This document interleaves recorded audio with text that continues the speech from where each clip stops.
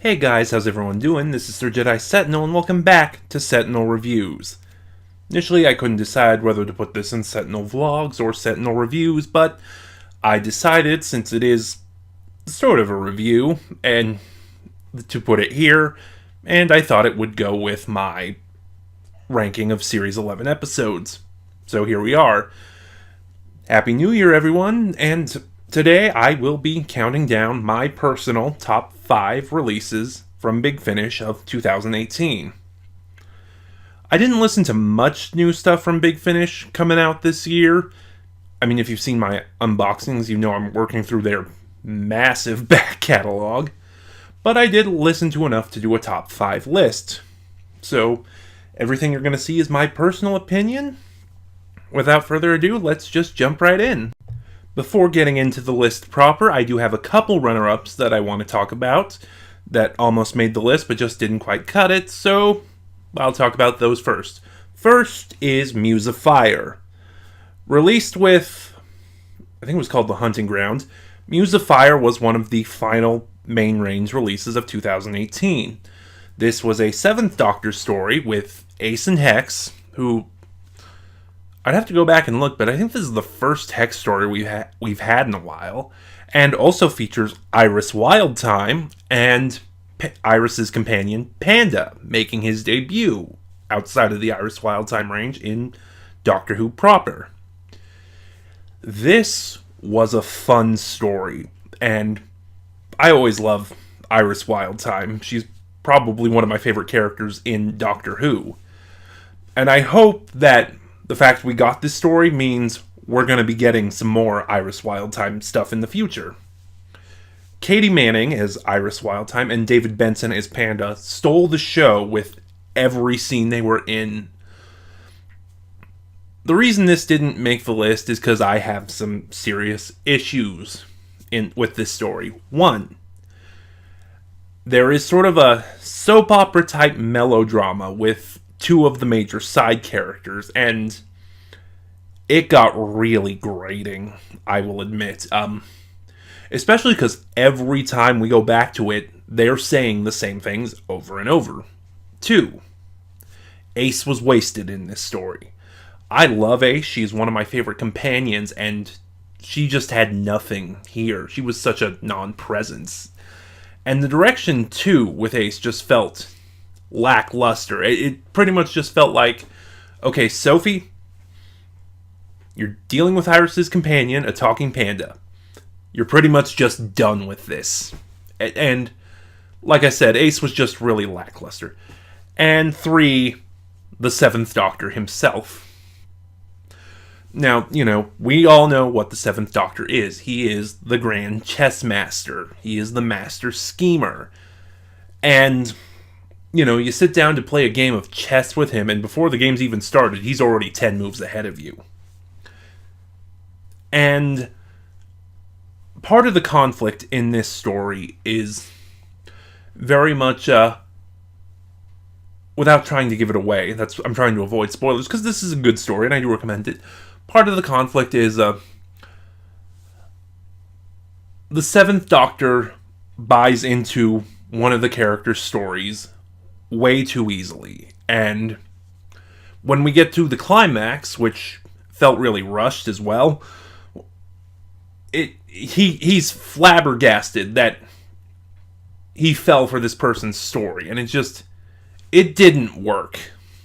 With any other Doctor, this might have worked better, but with the 7th Doctor, yeah, there were some issues there. But yeah, ultimately, it is a great, fun romp. And the second runner-up I'm going to talk about, I Am the Master.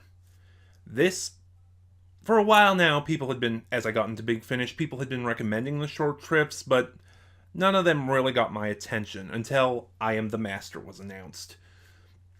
So I thought I'd check it out. This was my first short trip, and I loved it. This was both written and performed by Jeffrey Beavers, and the writing shows that Beavers really understands this character. It's not a full portrait of the Master. He's really just sort of telling a story about how he destroyed this planet. it's so I did find it kind of lacking depth, but this was still a great story, and Jeffrey Beavers has a great voice, so I really liked it. In fact, I even think this ideally could be adapted for the stage and would, as a one-man show, and would still be great.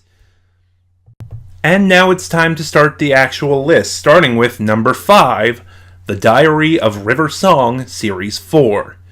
I'm not going to spend too much time talking about this because I actually did review this and there is a video on my channel. Link in the description below. But while this isn't the strongest release in the series, I still did enjoy it. It was fairly consistent in quality, had a few issues, but I feel the performances more than made up for that. I loved the chemistry between Alex Kingston and Tom Baker. And I thought it was an interesting idea for a villain that could have been worked better, but what we got was still really great.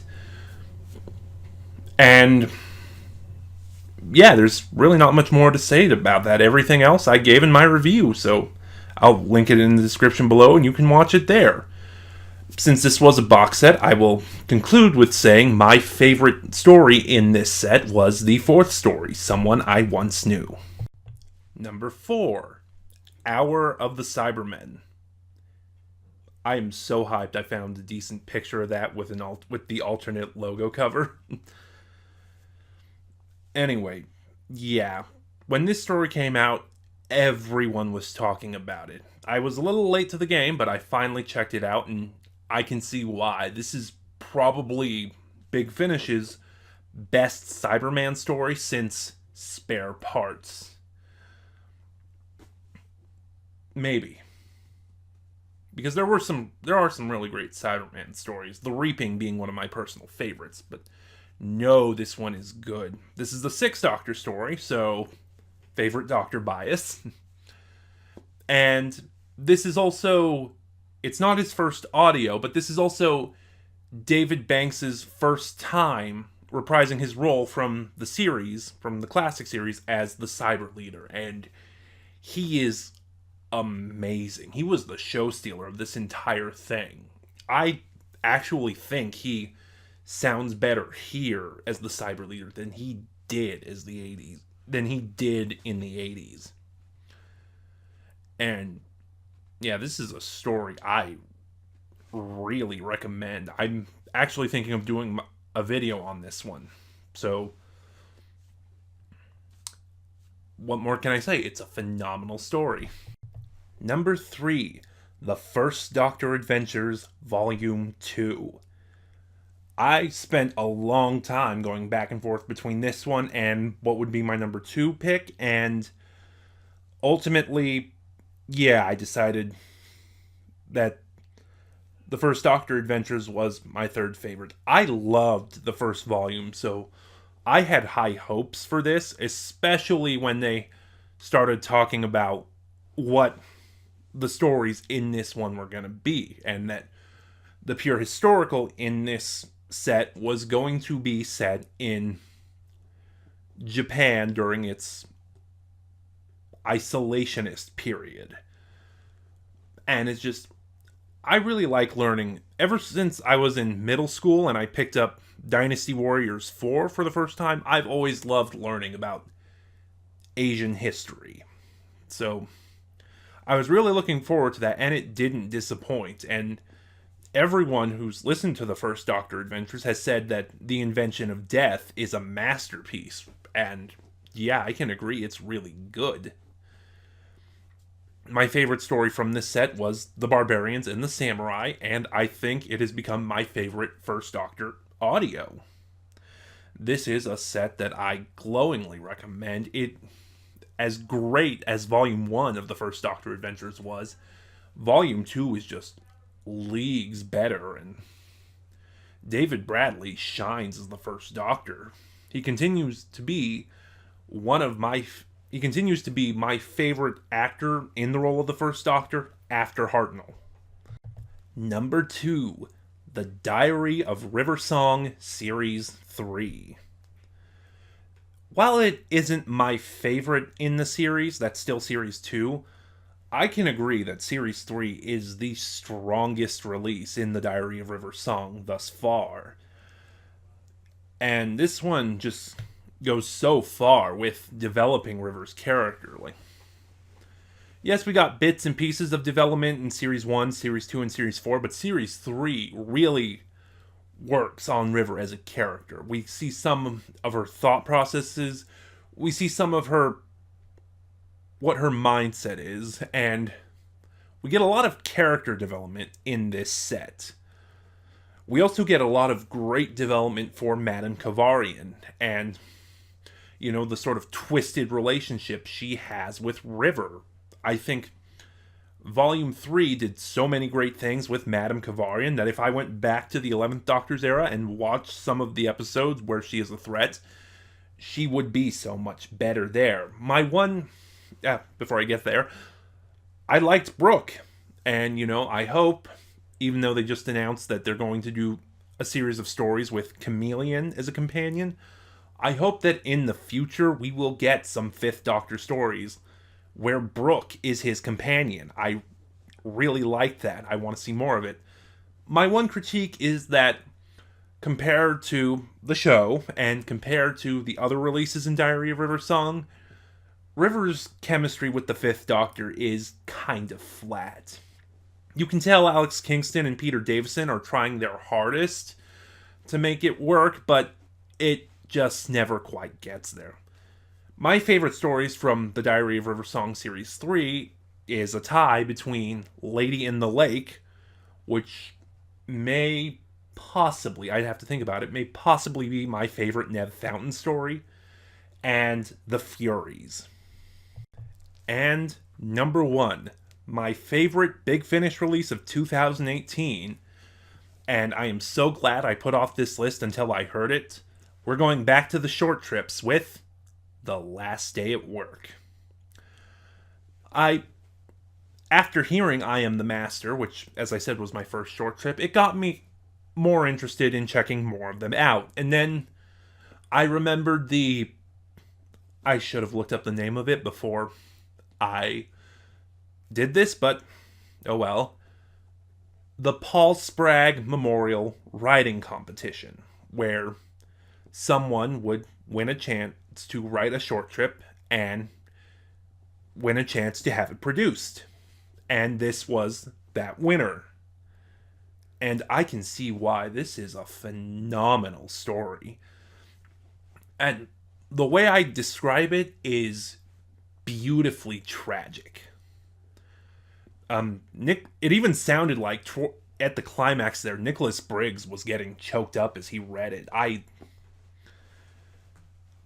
It's a 2nd Doctor story, and where he and Jamie meet a constable on his last day of work before retirement. Hence the title. And something isn't right. And as the story, one of the things I like is that this story always keeps you guessing. You start to see where things are wrong, where things don't quite add up, but when you get to the climax, you never figure out exactly what it is until the reveal. And like I said, that reveal was amazing. Like I said, this story is beautifully tragic, and I recommend it while it's still free. I don't know if they're going to price it eventually or not, but please listen to this story. It was amazing and was my favorite release of 2018 from Big Finish. Well, there you have it, my top 5 Big Finish releases of 2018. What were some of your favorites this year? Go ahead and drop a comment below and start a conversation. And I look forward to joining you guys for 2019 for all the glorious things Big Finish has released, including a short trip, which will be Big Finish's first audio to feature the 12th Doctor. River will both be facing the Master, 2 of who will be making their debut with Big Finish, and while going on her own adventures, she will find herself... I could never figure out a way to phrase that. She will find herself playing into some of the Doctor's greatest adventures of all time, An Unearthly Child, The Web of Fear, The Carnival of Monsters, and The Talons of Wang Chiang. Big Finish will celebrate its own 20th anniversary with The Legacy of Time. Missy will be getting her own spin-off.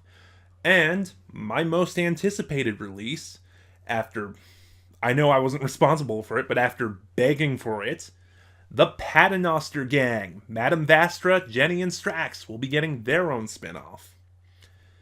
Did you like what you see? Please drop a comment below. Remember to like, comment, subscribe, and then click that little bell next to subscribe to get notifications when I upload. Because despite what the word means, subscribe decided to stop doing that. This is Sir Jedi Sentinel, and I'll see you guys next time.